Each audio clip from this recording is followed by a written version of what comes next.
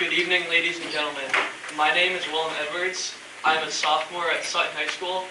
On behalf of myself, as a 2018 Project 351 ambassador, along with Katie Fields, the 2019 and current Project 351 ambassador, I'd like to welcome you here to the Dudley Jedrin Post 414. Today, September 11th, is now often referred to as Patriots Day. We're gathered here tonight not only to commemorate the events of September 11th, 2001, but also to honor first responders, military, veterans, victims of 9/11, and their families. I would like to thank all of you who have joined me here tonight and ask that all of the first responders, military, and veterans present please stand so that we can acknowledge you with a round of applause.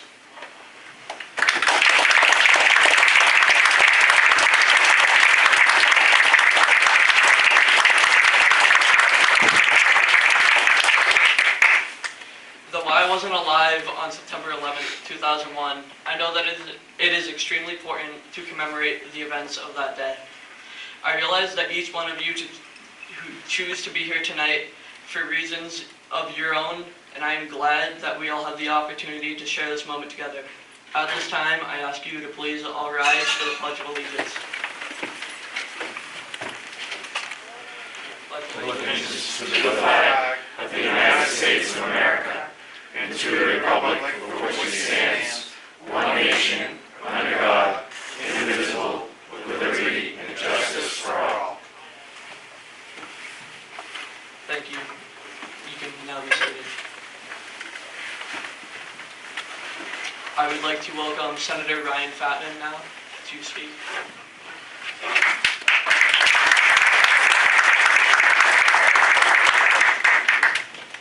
Thank you, Will. Good afternoon, everyone. My name is Ryan Fattman. I have the honor of serving in the State Senate, representing the town of Sutton.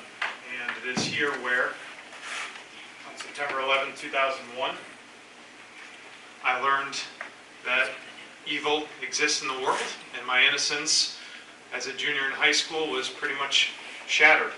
But before I get into that, it's an honor to be here with Will and Katie. Thank you very much for putting this on. And there is a bit of irony that's already been pointed out. First, it's hard to believe that this is the 18th year that we've commemorated September 11th, and it wouldn't be possible that having this event without two people who were not even alive on the day that it happened. Second irony, which is a bit larger, is that while September 11th signifies one of the worst days in our lives and in American history, it's one of my favorite days of the year, not for what we remember, but for what we recognize. Courage in the face of terror, goodness in response to evil, decency in the face of certain death. We realize that human and American unity on a day unlike any other, which we're reminded here of this every day, every September 11th. And we noted and memorialized the heroism of the men and the women who join us here today, our public safety officials, ordinary people who did extraordinary things on that day, firemen and women, police officers, first responders.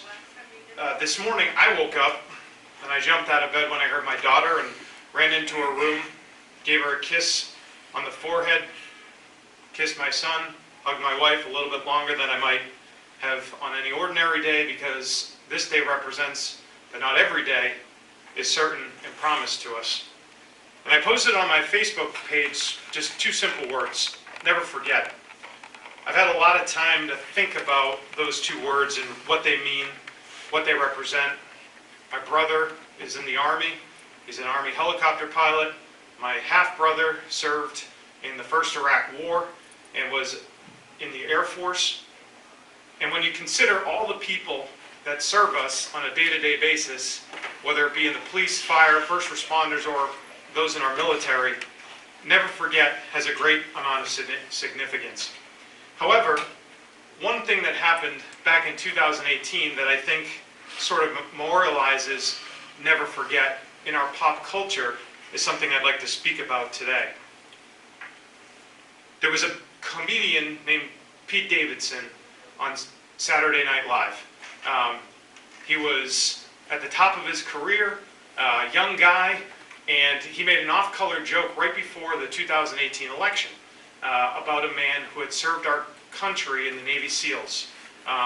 He said that, you know, this individual who had a patch over his eye looked like a porn star, and made fun of him as a pirate.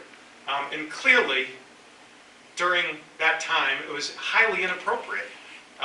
In this world of outrage that we've come to know over the course of the last decade, both people on political spectrums, left, right, center, condemned this individual for what that was, inappropriate and uncalled for.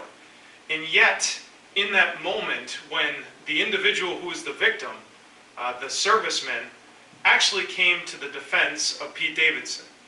And he asked, reaching out to SNL to come on the show and to be able to offer an act of grace.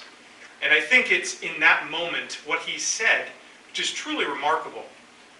First of all, he was given the opportunity to make fun of Pete Davidson back and to rib him a little bit on the show. But afterwards, he said these words: seriously, there's a lot of lessons to be learned here.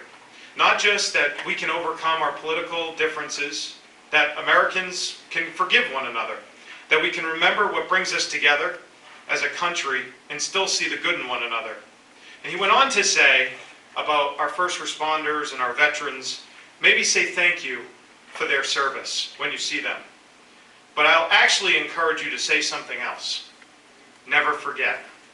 When you say never forget to a veteran, to a police officer, to a firefighter, a first responder, you're implying as an American that you are in it with them, not separated by some imaginary barrier between civilians and those who serve, but connected together as grateful fellow Americans who will never forget the sacrifices our first responders, our soldiers, and their families make on a daily basis.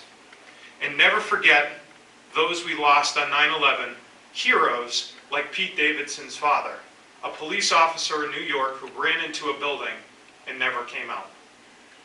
And it was in that moment that what was revealed to many people that no one knew, including myself, who when I heard it was very outraged and upset, that Pete Davidson had lost a man in his life, his father, on 9/11. That selfless sacrifice was memorialized, and that grace that played out in that pop culture moment is something that Dan Crenshaw, who's now a member of Congress, deserved a tremendous amount of credit for. And what do we never forget? On September 11th, 2001, the United States, and certainly the world, changed as we know it. Beginning at 8:46 a.m. on that fateful day, American Airlines Flight 11 out of Boston, bound for Los Angeles, impacted the North Tower of the World Trade Center with 81 passengers and 11 crew. All were perished, including 5 terrorists on board. At 9:02, United Flight 175 out of Boston, bound for Los Angeles, strikes the South Tower on the World Trade Center with 65 passengers and crew. All perished, including 5 terrorists. At 9:06, the FAA issued a ground stop to all traffic not yet departed that would encounter New York airspace. Tier 1 New York, DC, Boston, Cleveland. A series of rapid decisions followed, including redirection of inbound traffic away from New York and warning airplanes in the air of potential cockpit intrusion. At the time, there were approximately 4,000 planes in U.S. airspace, with hundreds more on the ground ready for takeoff. At 9:37, an American Flight 77 out of Dulles International, bound for LA, with 64 crew and passengers, including 5 terrorists, crashed into the Pentagon. All were killed. At 9:45, FAA Command Center decided to close all U.S. airspace for the first time in American history. International flights either returned to their departure point or diverted to Canada. Within a few hours, all commercial air traffic was grounded. At 9:59 a.m., South Tower of the World Trade Center collapsed. At 10:03 a.m., the United Flight 93, traveling from New York, New Jersey to San Francisco, is crashed by hijackers, and passengers now alerted to the fact that what was happening, tried to overtake the hijackers. The plane went down 80 miles from southeast of of Pittsburgh in the field of Shanksville, Pennsylvania. 45 passengers and crew, including 4 terrorists, perished. 10:28 a.m., the North Tower of the World Trade Center collapses. The time between the first attack and the collapse of both World Trade Center towers is 102 minutes. Nearly 3,000 perish in the attacks of September 11, 2001. Today, we pay tribute to those who perished on that fateful day, to our first responders who continue to risk their lives every day, and for those who have served in the 18 years of battle that has pursued in Afghanistan. We never forget. Thank you.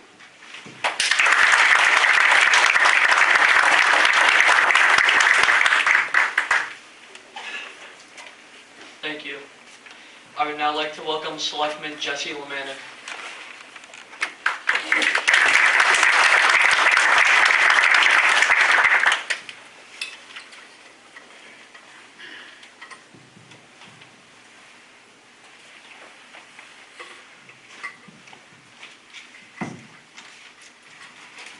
Good evening, everyone. As Will mentioned, my name is Jesse Limanek, member of the Board of Selectmen. This year I'm serving as clerk, but I'm also a member of Post 414 Sons of the American Legion, serving as chaplain. Obviously, I'd like to thank Senator Fattman for his kind words and recognition of everyone who is in this room, be it our veterans, be it our firefighters, be it representatives of Sutton Police Department, and the family members who are here to gather on this solemn occasion. Today, obviously, is September 11th. As we all know, 18 years ago, before these two individuals, before Emily, and I believe there was another young man that came in, were on this earth with us. Our nation experienced one of the most significant events in our history that truly changed the course of American history forever. For those of us, the majority of us in the room, who are old enough to remember, the images of that day are seared into our collective consciousness. Now, I could tell you where I was on that day. We all have those stories.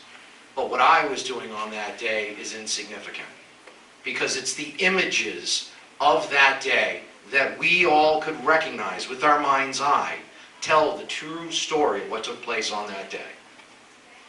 For me in particular, there are 4 images which can tell the story in way better imagery than I can in expressive words.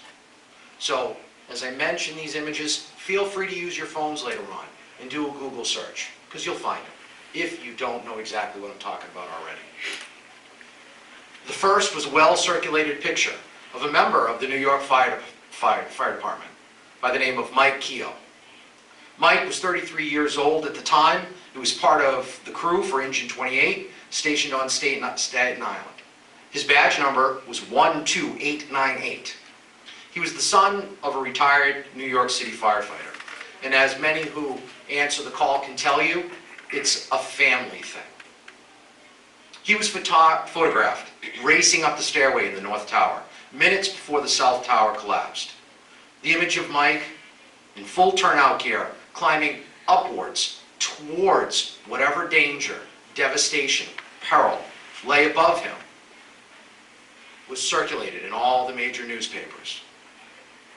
The irony was the picture was taken by someone who worked in the building as they were fleeing from that very danger that Mike and his crew were racing towards.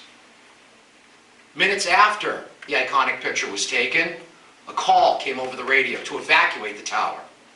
And Mike, with his 6 brothers, raced down the stairs. As he said in an interview later, he remembered it took him about 2 minutes to descend. He was about on the 34th floor, I think the article that I read today said. 2 minutes to get down. He then spent the next several minutes tending to people who were injured in the lobby of the North Tower. Then the South Tower came down, and they evacuated the lobby. And then the North Tower came down. Mike survived that day. He was one of the lucky ones. The second image, or rather a collection of images, is more controversial. These were taken by photographer Richard Drew. Of course, as I alluded to, Richard was not a first responder. He was only in New York to take pictures because it was fall fashion week. When the chaos of 9/11 began to unfold, he did something that myself, who loved taking pictures, could never imagine doing. He spent the next minutes, almost an hour, capturing images of people plummeting from the towers above. Now, why did they fall? Did they jump? No one knows. Official accounts said there were no suicides, there were no jumpers, but instead they were blown out of the building. But if you ever have opportunity, Richard Drew is his name. You've all seen those images.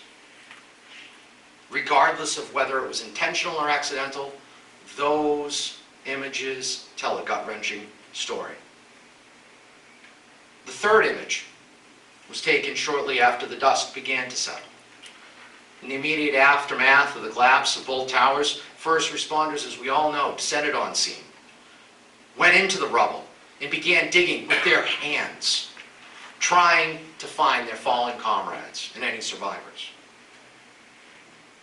Of the hours that followed, one of the most important images to me was the picture of Michael Judge. For those of you who don't know, Michael was a Catholic priest. He had been serving as a chaplain for the fire department since 1992. He, like so many others, heard the call, heard about the crash, and went to the World Trade Center to do whatever he could do. After speaking with Mayor Giuliani, he began going to some of the bodies that were in the area and giving them last rites. When it became unsafe for anyone to stand outside in the wings, he went into the lobby of the North Tower, in which a mobile command center was created. There, answering God's call, tending to the needs who had moved on. Well, unfortunately, shortly thereafter, when the South Tower fell, as I mentioned, debris pummeled the lobby of the North Tower. And Father Mike, as many others who were in the lobby, fell. For those of you who don't know, Father Michael Judge is officially victim 0001. The last image actually comes a few days after 9/11. And as we all know what I'm talking about, it was taken on Friday in the afternoon when President George W. Bush visited Ground Zero. On site were hundreds of first responders, unwilling to leave the site, hoping that their mission was still one of rescue, not one of recovery, as well as hundreds of construction workers who were called in to begin the painstaking task of removing the devastation. Grabbing a bullhorn against the good advice of Secret Service, the president climbed on a pile of rubble and told a cheering crowd, "I can hear you. The rest of the world can hear you. And the people who knock down these buildings will hear us all soon." You see anything on TV, any type of documentary on the History Channel, any stories in the news, and you, chances are, will hear those words. Well, to me, the unfortunate part is the more important words in the moment get edited out. The president said, next, the nation sends its love in compassion to everyone who's here. Thank you for your hard work. Thank you for making the nation proud. And may God bless you and God bless the country. Well, we'll all remember this day in our own way. But please, never forget not only the victims, not only the first responders who were called into the loving arms of God above, but never forget the family members who were left here on earth with us, waiting for their eventual reunion in heaven. Thank you.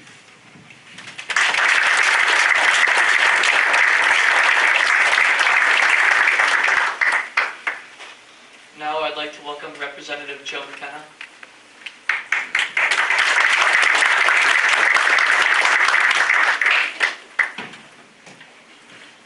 Thank you very much, and I too would like to thank you, Will and Katie, for putting on this memorial service. And it is right and it is good that we are here 18 years later, still remembering that day. And I know that we will continue to do so every September 11th moving forward. And I think about that day and the darkness that followed, and the first responders who went into that building and who lost their life, the 343 firefighters, 71 law enforcement officers, and countless others who went in and lost their life. That's a level of courage that I don't know that I have myself when faced with that tragedy. But as we sit here 18 years later, that fight continues for the thousands and thousands who were there and who survived, but who continue to struggle against cancer and the other sicknesses and illnesses and diseases that come from their dedication, their courage, and their service to others. And I point that out because I think 18 years later, to a man or to a woman, if you ask those individuals who are fighting those travesties, if they would do it again, they would say yes. Because that is the level of courage that these first responders we have expressed. And that is the courage that our first responders here expressed. And as dark as that day was, one of the darkest in our country's history, on September 12th, as Ryan mentioned, we woke up to a united America, a stronger America, a more neighborly, more compassionate America. Flags were flown.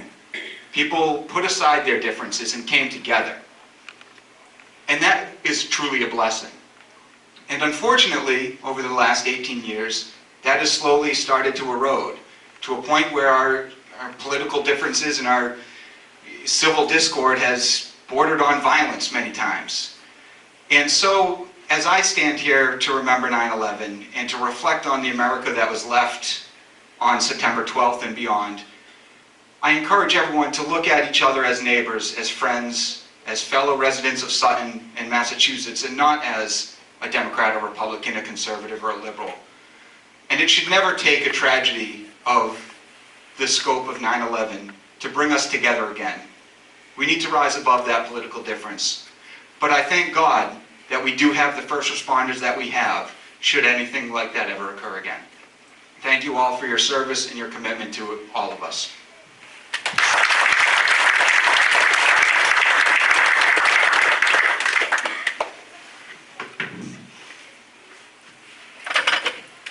Now, Katie will share some words. Hello, and first I want to say thank you for everybody to come out. It's amazing to see that everybody wants to come and honor and remember what happened on 9/11/2001.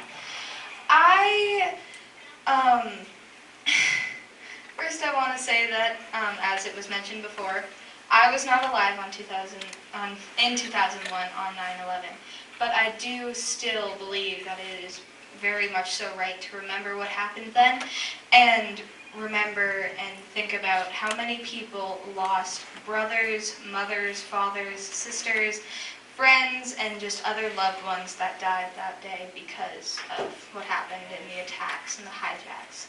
It's just something that nobody probably would have expected because it hadn't happened, and people thought that maybe just it was an accident when the first plane hit and that it wouldn't happen again, and then more planes, and it all just, the more I hear about it, the more I'm like, I can't believe that happened, because that's crazy. Who would think that somebody would do that? I today went into Boston and joined up with Project 351. There was a small group of ambassadors, a bunch of people that were ambassadors from previous years, and many adult volunteers. We all, as ambassadors, we gathered stuff for care packages for veterans, we made cards, we collected so much stuff. We made hundreds of care packages today. There were so many people, hundreds of people that volunteered, and they all came through, went through on the Rose Kennedy Greenway and made many, many, many care packages. I was absolutely amazed. I got to stand there and welcome almost every single one of them, and every time more people came through, it was amazing to see how many people would want to come by and just remember and honor all those that serve every day, all of those people that went into the buildings on 9/11, went into the Twin Towers, and when the towers fell, they also fell. It is absolutely amazing how hard and honored those people are and how hard they worked and how amazingly compassionate they were for everybody. And I love that people now, you all come out to be as compassionate in return.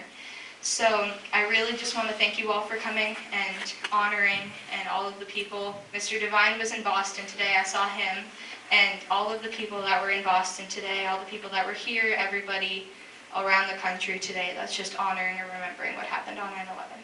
Thank you.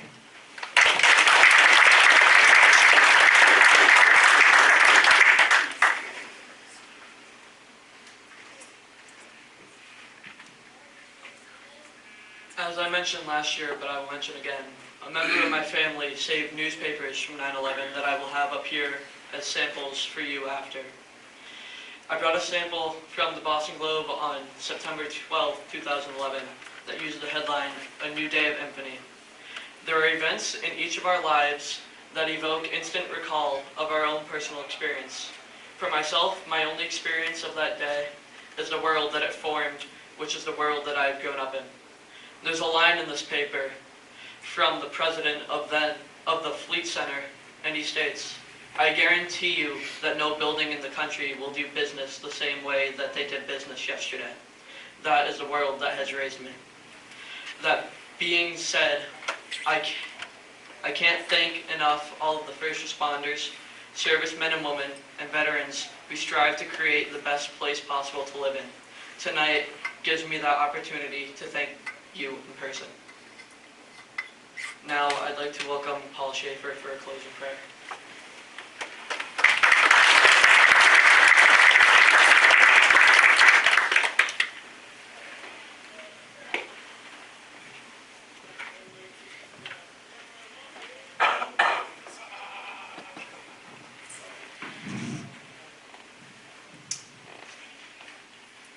Let's pause for a moment and quiet our hearts, our minds, and our spirits.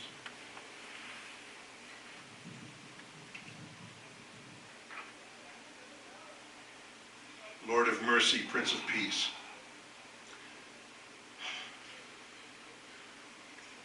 this date, September 11th, carries a heavy burden of memory. This day does not pass in the calendar without a remembering. We remember images of death and destruction, images that human eyes were never meant to see.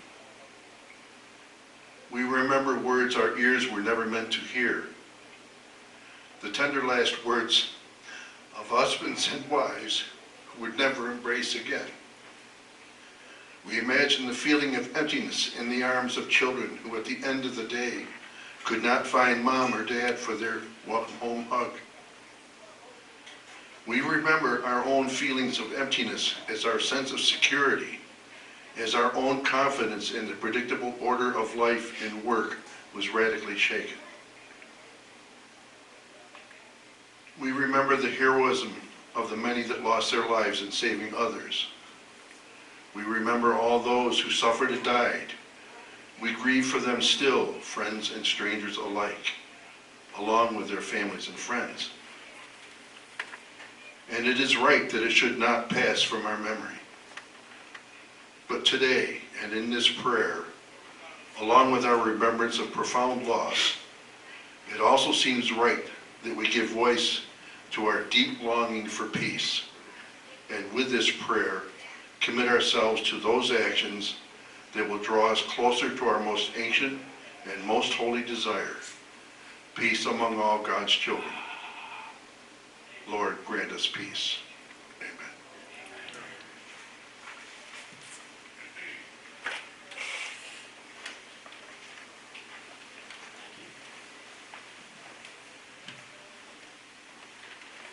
I would like to ask you all to rise while Owen Boyens plays taps.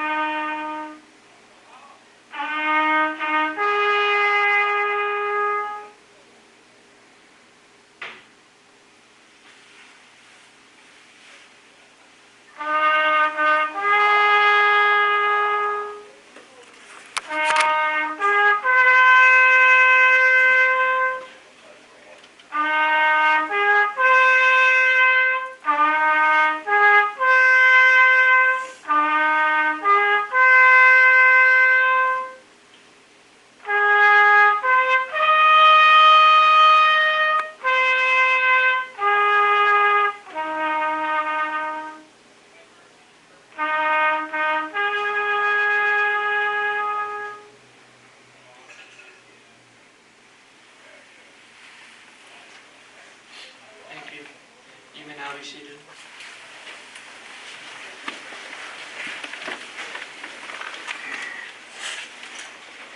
Before we say our final goodbyes, I'd like to thank the Ladies Auxiliary for providing desserts tonight and participating along with us. I would especially like to thank Dave for his help in planning the service and providing food that we hope each of you will help yourselves to. Also, I trust that each of you have noticed that there's an opportunity to write a personal note or even a simple hello on a patriotic sheet or Sutton note card provided by April Brown from Polly's Antiques. The notes will be included in a care package that will be sent to Richie McLaren, one of Sutton's own, whose mom is here with us tonight, and his unit serving overseas. Once again, thanks to each and every one of you for joining us here this evening. I would like to lead us all in a final thank you to first responders, military, and veterans.